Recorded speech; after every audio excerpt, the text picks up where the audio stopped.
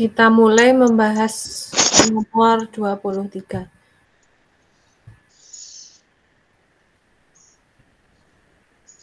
Sudah kelihatan? Sudah. Oh, nomor 24 maksudnya. Kalau 23 kemarin sudah ya? Iya. Oh, enggak jadi, 23. Oh, iya. Ya, ini belum toh? Belum. Ya, kita bahas nomor 23. Yang soalnya ini jawabannya Mas Arhan apa? C. Kok CD? Iya, D. Betul.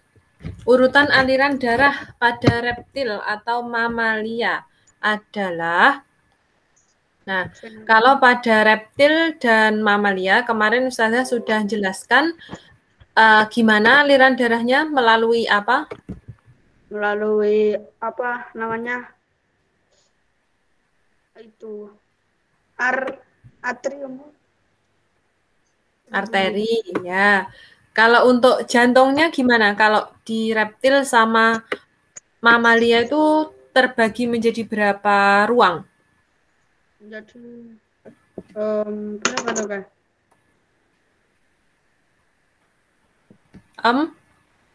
Empat. 4. Sudah punya apa dan apa? Itu. Sudah punya Bagian jantung apa aja? apa tuh namanya itu yang atrium itu toh? Nih, ini kan bagian jantungnya. Ada yang bagian merah, ada yang bagian biru ini. Terus ada lekuan yang atas, ada lekuan bawah. Ini namanya apa kemarin? Itu namanya apa? Serambi kanan. Iya, serambi dan satunya apa? Bilik. Bilik, ya betul. Atrium. A, ini A. A itu atrium. Atrium itu berarti maksudnya serambi. V. V itu ventricle atau bilik. Nah, kalau di mamalia dan reptil, diperhatikan gambarnya, dibandingkan dengan yang lain, ini kalau di mamalia dan reptil itu sudah terbentuknya sempurna. Apa itu? Sudah kelihatan kalau itu ada serambi dan bilik. Ya. Ya kan? Ada 2 serambi dan 2 bilik. Kalau di reptil, sekatnya itu belum terlalu sempurna. Sekatnya ini kan masih hitam-hitamnya belum sempurna, ini sekatnya ya, ini yang sini. Ini belum sempurna. Kalau yang mamalia sudah sempurna. Nah, kalau di amfibi, untuk yang bagian kiri, atriumnya hanya 1. Maksudnya atrium aja, tidak ada ventricle. Jadi kalau di kiri, jantung bagian kiri, ini hanya punya serambi, tidak punya bilik. Yang di gambar amfibian ini, kelihatan ya? Ya, kelihatan. Ya, kalau di ikan, itu malah tidak ada kanan kiri, hanya ada bilik dan serambi. Itu di jantungnya. Nah, ini kan yang ditanya reptil dan mamalia. Berarti kalau gambarnya seperti ini, sudah sempurna. Terus ini kan sudah terbentuk sekat ini. Kira-kira sistem peredarannya nanti gimana? Ya, itu. Peredarannya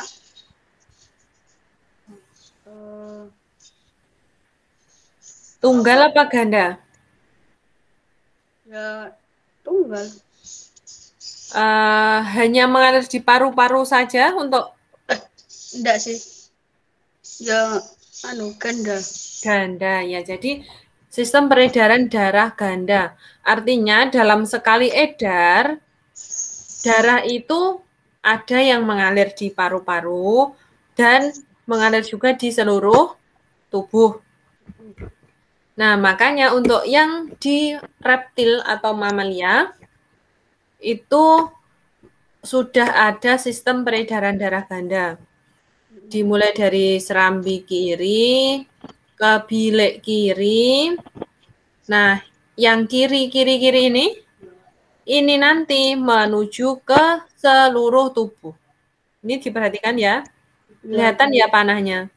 Kelihatan. Yang dari kiri menuju ke seluruh tubuh. Nah, dari seluruh tubuh nanti balik ke setelah ke jantung ke paru-paru.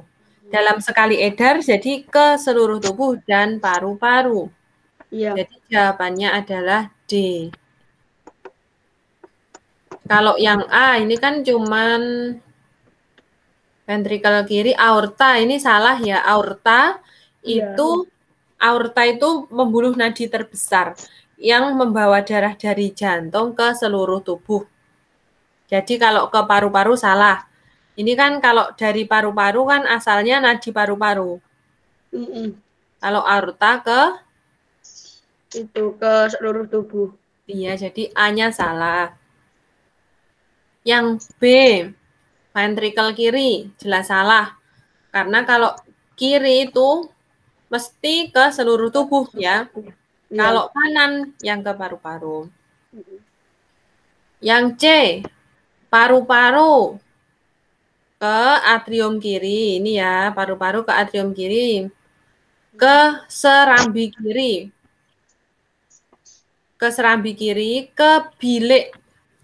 Nah, bilik ini ke bilik kiri kan berarti otomatis kalau dari serambi kiri ke bilik kiri ke paru-paru, salah ya. Kalau yang D, vena cava itu pembuluh balik. Pembuluh balik. Cava itu balik ya. Iya. Jadi yang membawa darah balik ke jantung. Dari seluruh tubuh balik ke jantung namanya vena cava. Ke atrium kanan, ke ventrikel kanan. Atrium itu nama lain dari apa? Itu apa tuh? Bilik. Serambi. Ya. Atrium itu nama lain dari ini apa ini? Serambi. Kalau ventrikel dari bilik. Ya? Ya. Ya, jadi ini benar. Lalu menuju ke paru-paru. Jadi jawabannya D, betul.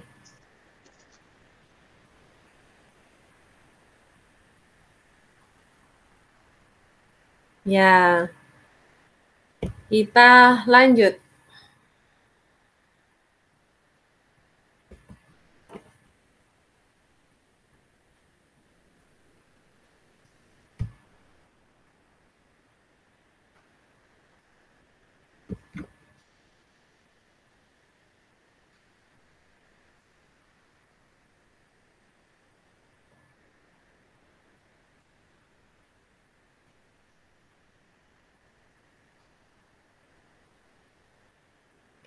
Lanjut ya. Ini untuk fungsi-fungsinya. Kalau vena itu ada 3. Vena pulmonalis yang mengalirkan darah dari paru-paru menuju ke serambi kiri. Yang tadi ya sudah dijelaskan. Jadi kalau pulmonalis itu kaitannya sama paru-paru.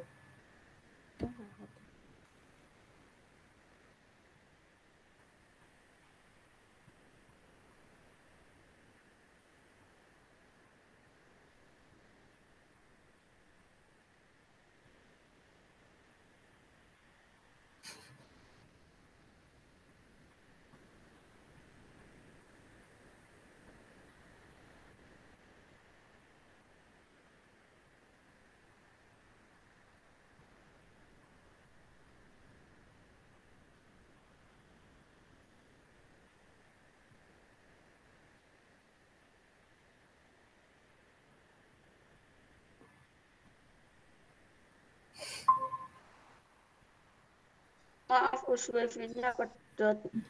Ya. Kita lanjutkan. Ini untuk fungsi-fungsinya ya. Iya.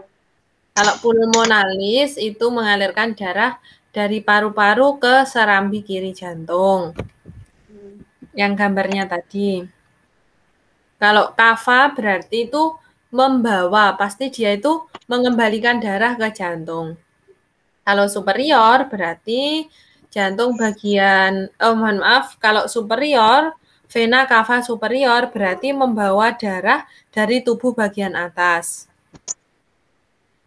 Kalau inferior berarti membawa darah dari tubuh bagian bawah.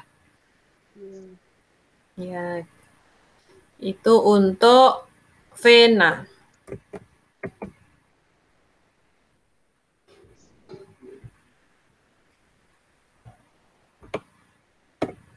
Nah, ini ya untuk gambar paru-paru. Oh, mohon maaf, gambar jantung.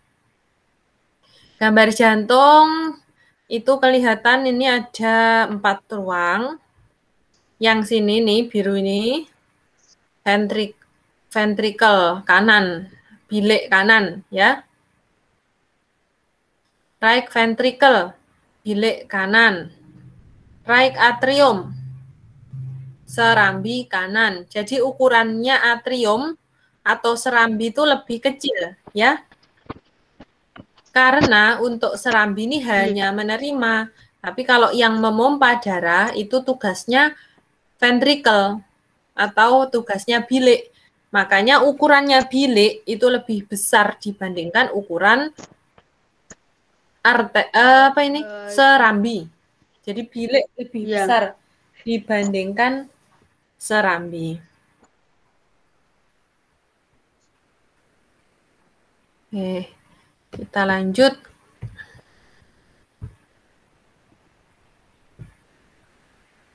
Nah, nomor 24.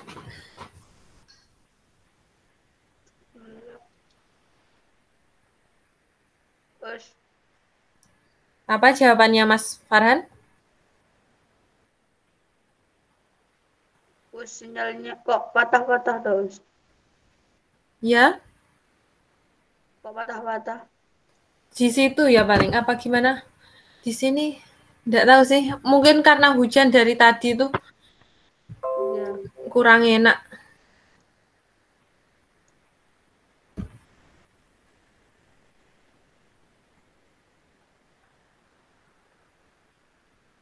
Masih putus-putus? Enggak. Enggak, ya.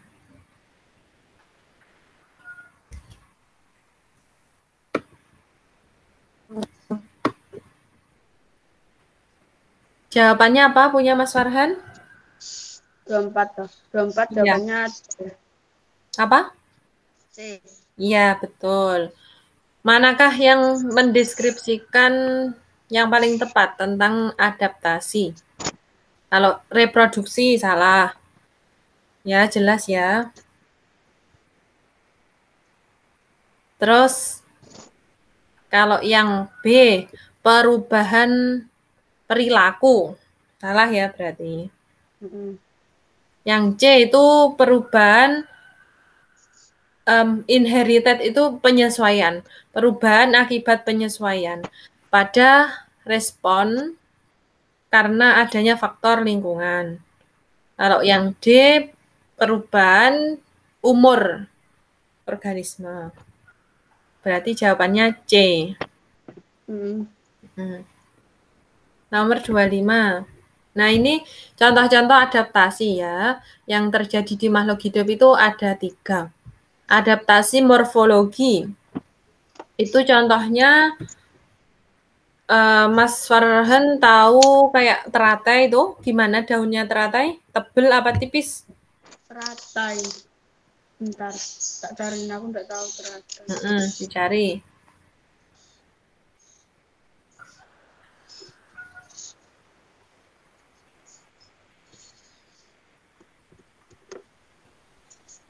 Lah, sebentar. Kok malah putus sih dia nomornya.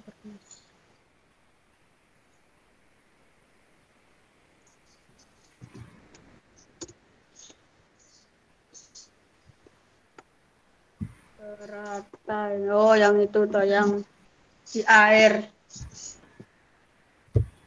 Ya, betul. Kui gimana itu? Apanya?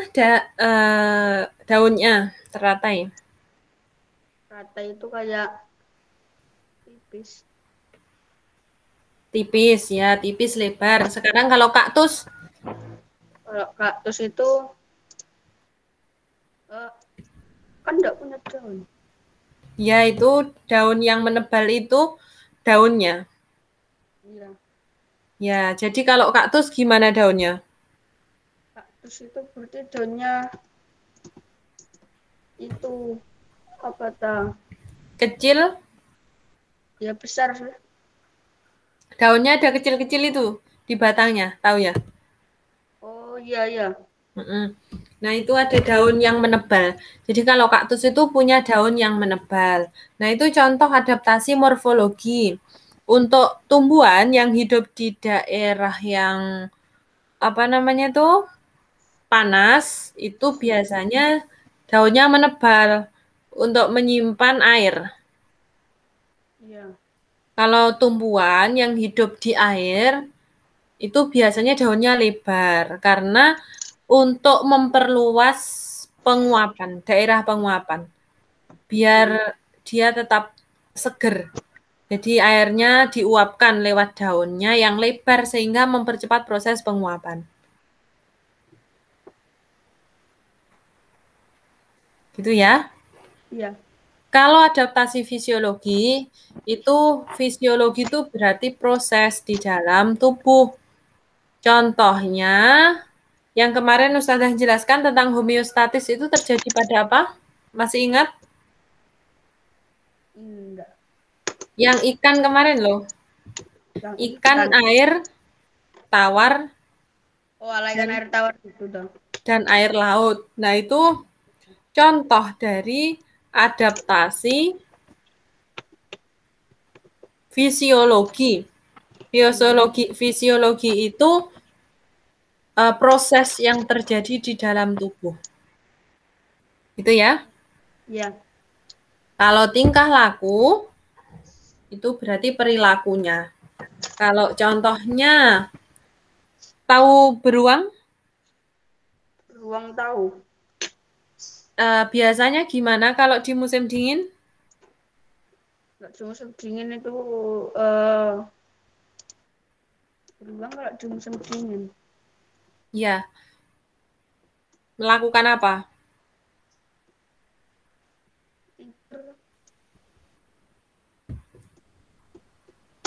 Melakukan apa dia? Itu apa? Kayak tidur gitu loh. Iya, namanya apa? Namanya Hiber?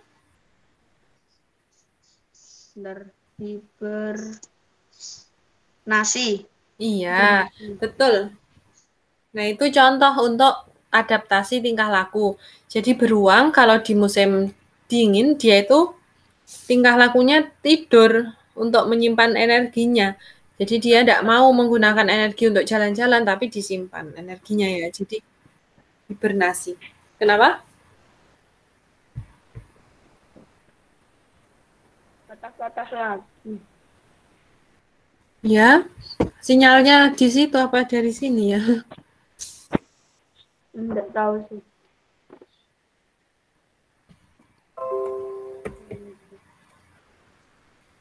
Ya, kita lanjut. Masih putus-putus? Enggak. Ya, kita lanjutkan. According to the results of the table beside, how many days should seeds be stored in the freezer before planting for the best germination? Dari hasil dari germinasi ini ditanyakan berapa banyak hari yang diperlukan untuk biji di freezer sebelum planting itu ditanam untuk hasil perkecambahan yang terbaik. Jawabannya apa, Mas Farhan? Itu C. C ya. Jadi germination rate tingkat perkecambahan itu yang paling tinggi yang ini 66 sehingga 90 hari ini hari yang terbaik untuk waktu biji ditaruh di freezer. Jadi perlunya itu untuk memecah dormansi. Bijinya dimasukkan freezer itu untuk memecah dormansi. Kemarin Ustazah sudah jelaskan tentang dormansi. Apa itu dormansi? Dormansi. Lupa. Dormansi itu seperti masa matinya dari pertumbuhan. Jadi dia itu dijadikan biji kayak gitu. Jadi biji itu baru bisa tumbuh kalau masa dormansinya dipecah dengan air, dimasukkan ke freezer atau ditambah nutrisi tertentu. Nah, itu cara untuk memecah dormansi sehingga tanaman tersebut bisa melanjutkan tumbuh, bisa melanjutkan berkembang. Itu ya? Iya.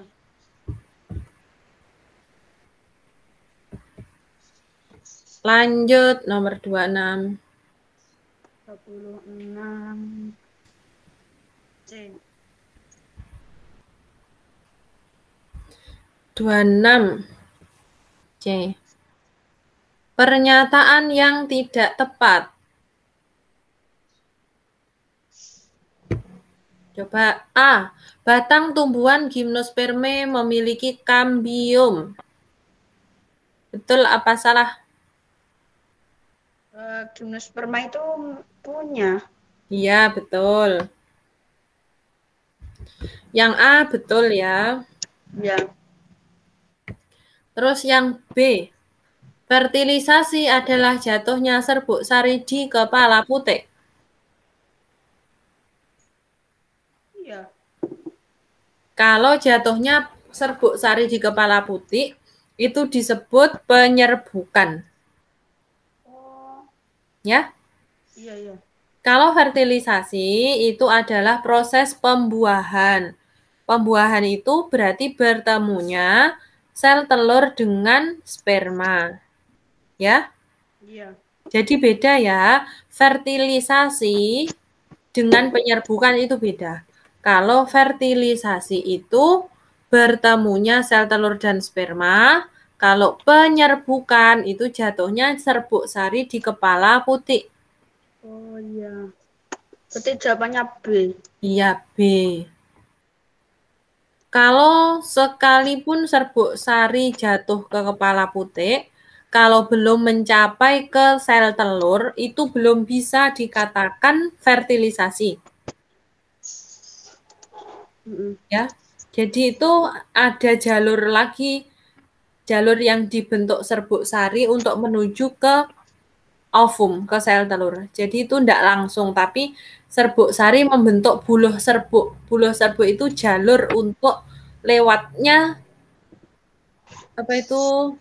sel kelamin jantan menuju ke sel kelamin betina.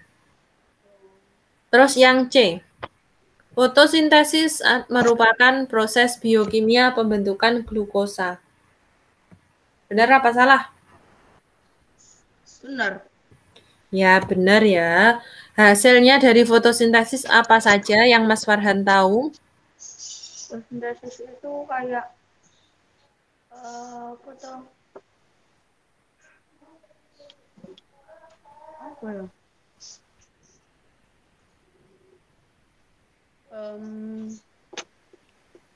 Itu Menghasilkan apa? menghasilkan serbuk sari. Ya, maksud fotosintesis kok. Oh alah, fotosintesis itu menghasilkan sebentar.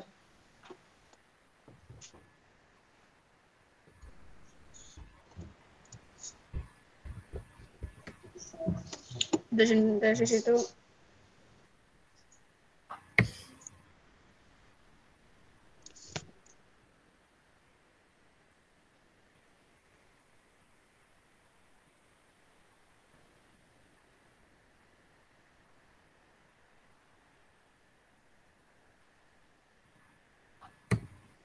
itu apa? Kayak memasak makanan tuh. Ya, membentuk makanan berupa glukosa dan juga oksigen.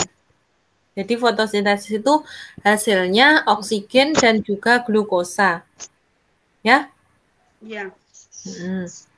Terus yang D.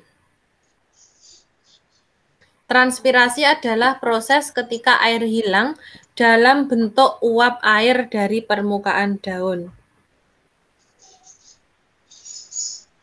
Betul ya, kayak yang Ustazah contohkan tadi, yang di teratai, ya itu kan untuk penguapannya membutuhkan daun yang lebar supaya cepat.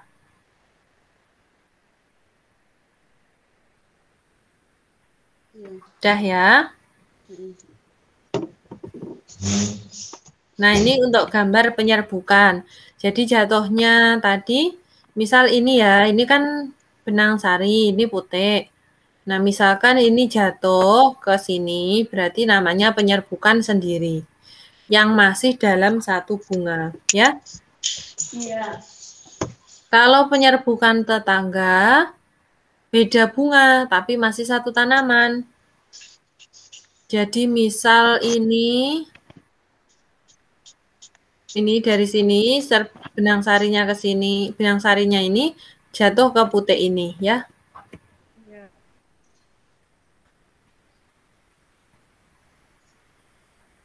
Terus kalau silang, tanaman lain tapi masih satu jenis, ya. Iya.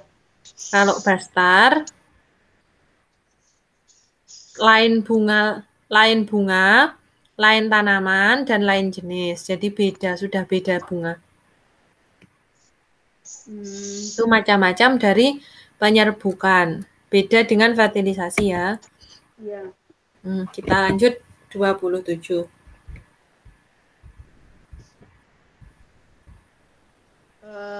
Jawabannya A. Ya, A.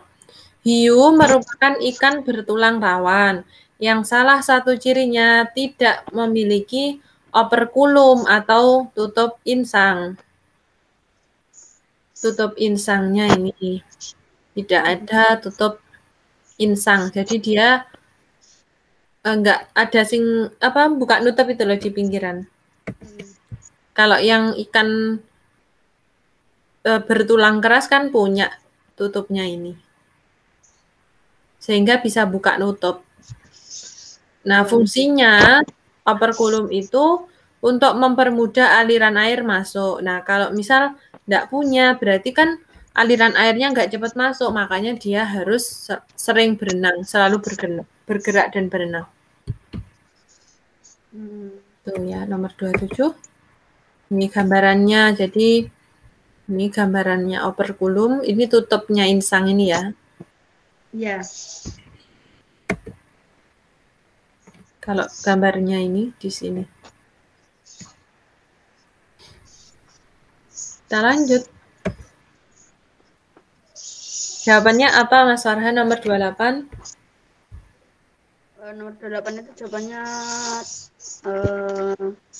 benar-benar C.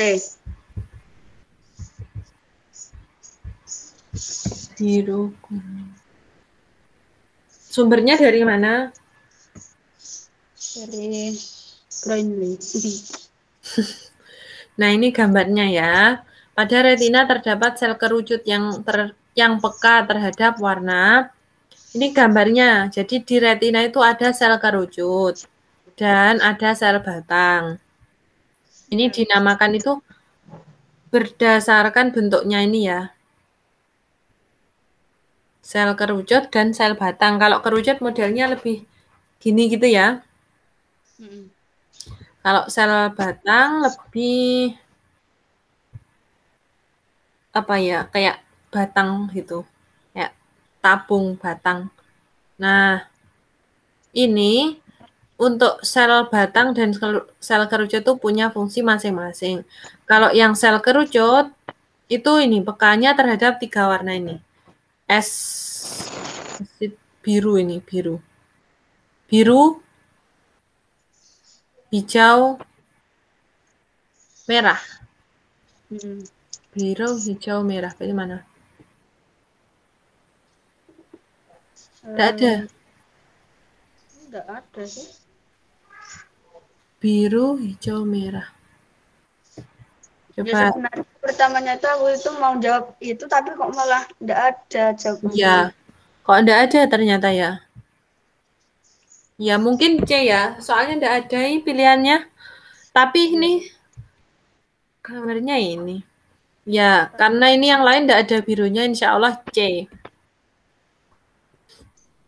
Itu ya. Iya. Untuk yang 29, apa jawabannya? 9 jawabannya ya B. Hewan perlu melakukan proses pencernaan karena A. Nutrisi harus diubah dari senyawa sederhana menjadi kompleks. Itu sebenarnya ya benar. Yang B. Umumnya nutrisi yang dimakan dalam bentuk senyawa yang tidak dapat langsung diserap. Itu juga benar. Yang C. Hanya dengan enzim-enzim pencernaan senyawa yang terdapat di makanan dapat langsung diserap. Itu belum tentu ya. Iya. Yang D. Hewan memerlukan protein dan lemak yang merupakan hasil proses pencernaan. Bukan. Jadi pilihannya A atau B. Nutrisi. A sama B itu ya menurutnya Ustazah benar semua. Kan ya nutrisi harus diubah dari senyawa sederhana menjadi kompleks. Yang B, umumnya nutrisi yang dimakan dalam bentuk senyawa yang tidak dapat langsung diserap. Mungkin jawabannya ya B ya. Ini emang tidak ada kunci kayak mirip-mirip. Insya Allah jawabannya B. Karena hewan itu kebanyakan makannya selulosa. Kemarin sudah dijelaskan ya. Ya sudah. Selulosa itu fungsinya untuk apa? Untuk apa? Untuk pencernaan. Ya, untuk apa? Selulosa itu kan sama dengan serat. Jadi kalau banyak serat itu akan lebih mudah terserap airnya, bisa tidak menimbulkan sembelit. Itu kalau di usus manusia. Tapi kalau di usus hewan itu selulosa itu kan dari kayu dan hewan ruminansia, sapi, kambing itu kan banyak makan dari daun-daunan, makan dari yang pinggiran kayu. Nah, itu banyak selulosanya yang harus dicerna oleh enzim selulase. Yang itu tidak dipunyai kalau di manusia. Yang punya itu hewan, rayap, kayak gitu-gitu. Jadi B jawabannya ya. Iya.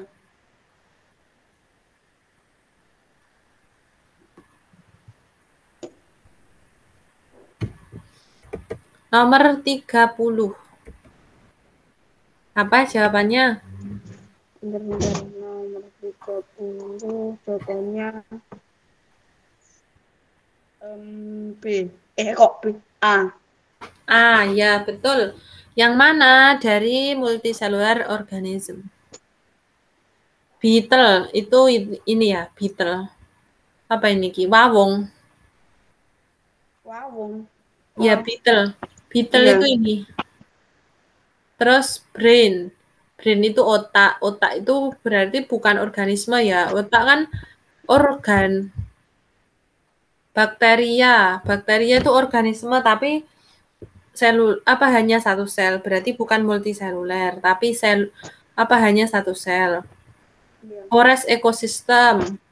Berarti bukan bukan organisme, tapi dia ekosistem hutan. Ya, sudah selesai untuk 2013 ini, pembahasan 2013. Mungkin Mas Farhan ada yang ingin ditanyakan?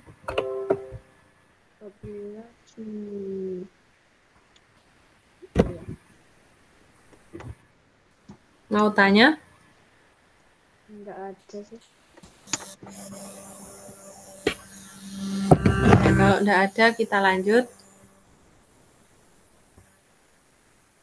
Ke yang itu. Lanjut ke yang 2000. 16. 16.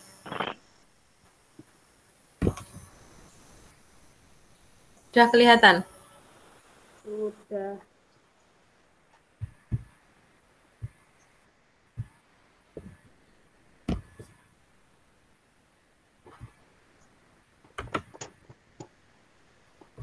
Nomor 1. Nomor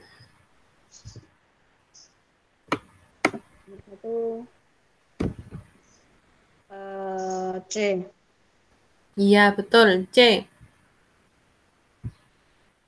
Penderita glukoma mengalami rasa sakit karena mengalami peningkatan tekanan pada bagian C. Nomor 6. Nih ya, jadi dia itu ada tekanan di bagian ini. Kalau bagian ini ditekan itu kan otomatis kayak cenut gitu. Iya. Nah, itu ada tekanan di bagian mata tuh. Bagian sini. Retina. Kita lanjut. Nomor 2, apa jawabannya? Nomor 2 jawabannya A. Iya, betul. A. Nomor 2A. Tuberkulosis itu penyebabnya bakteri Mycobacterium tuberculosis. Terus herpes penyebabnya virus herpes simplex. Ini ya, virus herpes simplex. Jadi ini kalau tuberkulosis bakteri, herpes virus, parotitis penyebabnya juga virus. Iya. Kalau toxoplasmosis itu penyebabnya itu Toxoplasma gondii. Ini bukan virus, bukan bakteri, tapi bagian dari protista. Ya. Iya. Tetanus ini dari bakteri Clostridium tetani. Kalau filariasis itu dari cacing. Oh. Posta sama itu dari bakteri lepra. Dari bakteri juga namanya bakteri lepra. Ebola dari virus. Jadi totalnya untuk yang disebabkan bakteri ada 3. Udah ya ini? Ya udah. Nomor 3. Nomor 3 itu kayaknya 6. Kayaknya 6. Ya, itu bagian apa nomor 6? Tidak tahu sih, tapi kalau yang mengatur pupil itu kan pokoknya kotak tengah. Ya, betul. Jawabannya 6. Ini bagian namanya nih, otak tengah. Midbrain. Otak tengah. Ini bagian otak tengah yang fungsinya mengatur mata. Ini A. Ini ya kelihatan toh? Iya. Nih, jadi yang otak tengah fungsinya mengatur mata. Terus ini kalau di gambar lobus di otak besar. Otak besar itu punya beberapa lobus. Lobus depan, lobus parietal, lobus occipital, temporal, terus olfaktori, sylvian Fisher. Ini lobusnya ada 5, ada 4. Ada 4, frontal, parietal, occipital, temporal. Frontal, parietal, occipital, temporal. Jadi fungsinya lobus-lobus ini ya mengatur fungsi tertentu. Ini penjelasannya. Lobus frontal mengendalikan gerakan, ucapan, perilaku, memori, emosi, dan kepribadian ya. Iya. Kalau parietal sensasi, sentuhan, tekanan, nyeri, suhu. Kalau temporal itu indera pendengaran, ingatan, dan emosi. Oksipital penglihatan. Jadi penglihatan itu selain diatur oleh otak bagian tengah juga diatur oleh lobus oksipital. Nih. Ini untuk bagiannya, untuk fungsi-fungsinya dari otak.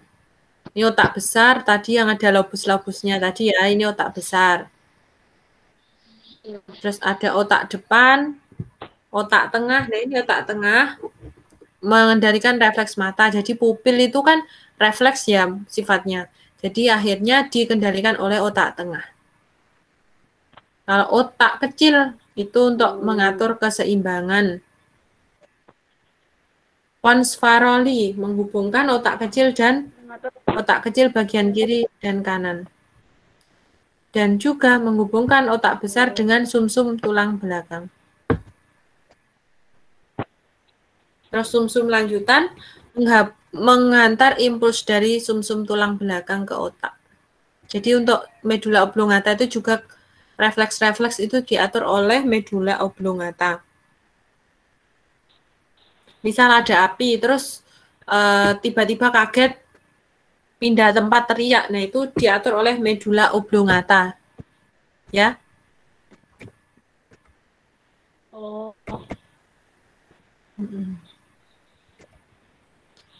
Nomor 4. Apa jawabannya, Mas Farhan?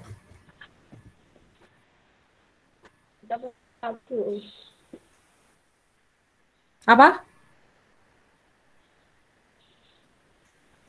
Batah-batah lagi. Tidak batah-batah. Suaranya putus-putus. Jawabannya. Iya.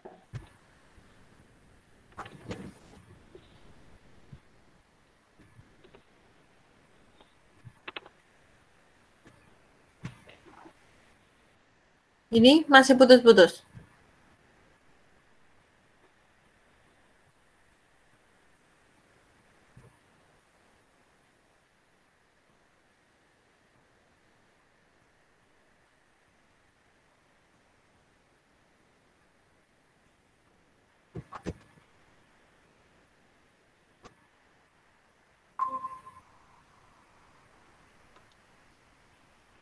Itu keluar sendiri. Masih putus-putus. Sekarang masih putus-putus. Enggak.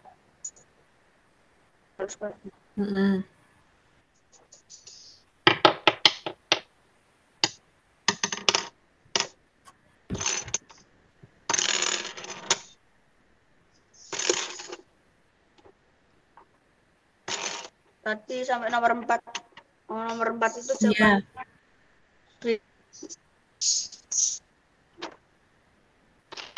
B. Kita baca ya. Iwan melakukan tes golongan darah di laboratorium. Hasil pemeriksaan menunjukkan bahwa darah Iwan tidak mengalami penggumpalan setelah diteteskan serum alfa dan serum beta.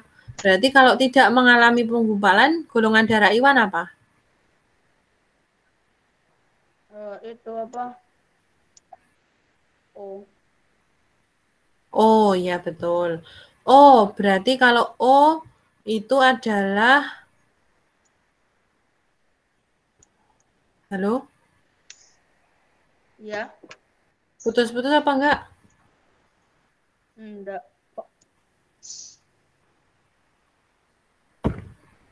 Ya, ini yang tidak mengalami penggumpalan semua itu golongan darah O.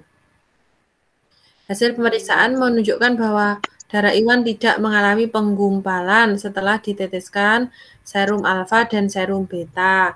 Berarti kan golongan darahnya Iwan O ya. Iwan memiliki seorang saudara tiri bernama Salma yang bergolongan darah A. Saudara tirinya A. Iwannya tadi golongan darahnya apa? Patah-patah. Apa dilanjutkan besok saja?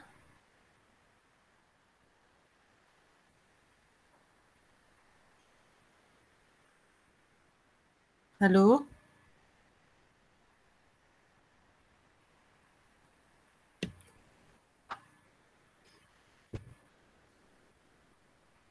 Halo, masih putus-putus?